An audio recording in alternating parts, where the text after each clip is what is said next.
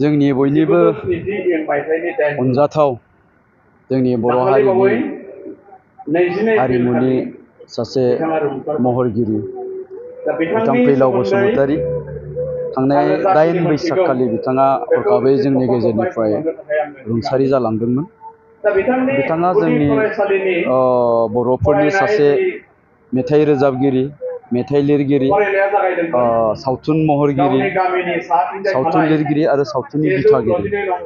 बिथाङा जोंनि बर' हारिमुआव गोबां बिहोमा होलांदों आरो बे बिहोमानि थाखाय दिनै फैलाव बसुमतारीया जोंनि बर'फोरनि गेजेराव सासे नामजादा बयजोंबो अनसायजाथाव सासे महरगिरि महरै नुजाफैदोंमोन।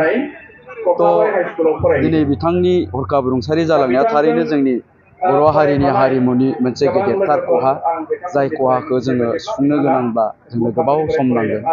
दा बिथांनि जि सारादु, बे सारादुखौ दिनैहाय 25 मे खालार खालि खुंफुंनाय जाबाय। बड' सिने आर्टिस्ट एस'सिएशन सालबारि जिल्लानि बानजायनायाव आरो बेजों लोगोसे जोंनि ओनसोलनि बुद्धिजिबि, समाज सिबियारि आरो गुदि बर' थुनलाइ आफाद आरो दुलाराय बर' फरायसा आफाद जों ज'हाय लोगो नांनानै दिनै बिथांनि सारादुखौ रायजोआरि राजुवा जोङो खालामनो लानाय जादों।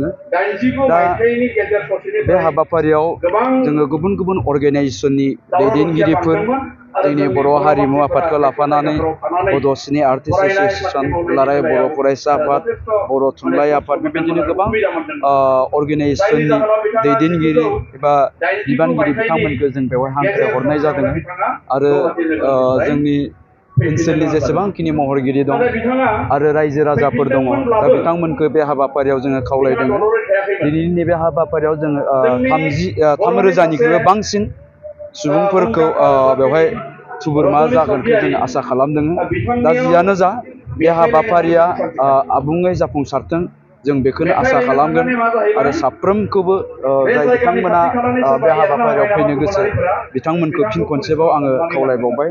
दा जियानो जाथों, रुंसारि फैलाव बसुमतारी बिथाङा जाहाथे सोरगोआव आलो गोजोनै थाहैनो हायो आरो बिथांनि सोरजिलांनाय आरो बिथांनि जा बिहोमा हारिमुआव, बे बिहोमाया अराय गोथां जानानै थाबाय थाथों आरो बिथांनि बे मावखान्थिया जाहाथे जोंनि इयुन जोलैफोरनि थाखाय मोनसे थुलुंगा जानानै थागोन, आं बेखौनो आसा खालामगोन। बिथाङा बर'नि अनगायैबो असमिया टिभि सिरियेलाव बिथाङा बेहरबारि आउटपस्टआव महरगिरि हिसाबै बाहागो लादोंमोन। दा जिहेतु बिथाङा जोंनि बर'फोरनिल' नङा, असमिया हारिनि अर्थात आसामनो सासे महरगिरि हिसाबै बिथांनि जिथु मावखान्थि आरो मावथाय, दा बेखौ नोजोर होनानै बयनिबो गोरोबलायनायनि गेजेरजों बिथांनो बिमुं होनो हायोब्ला मोजां जायो। बे आंनिफ्राय आं पार्सनेलि बेखिनि खोथाखौ आं बुंगोन।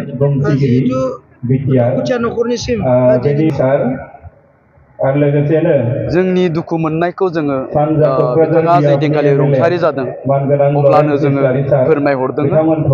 दा आं दहाय बुंनाय बायदिनो, मानोना बिथाङा बिथांनि गामि बागाजानिनिल' सुबुं जानानै थायाखैमोन, बिथांनि न'खरनिल' सुबुं जानानै थायाखैमोन, जों बयनिबो गोरबोआव बिथाङा जोंनि आंगो हिसाबै जायगा मोनदोंमोन।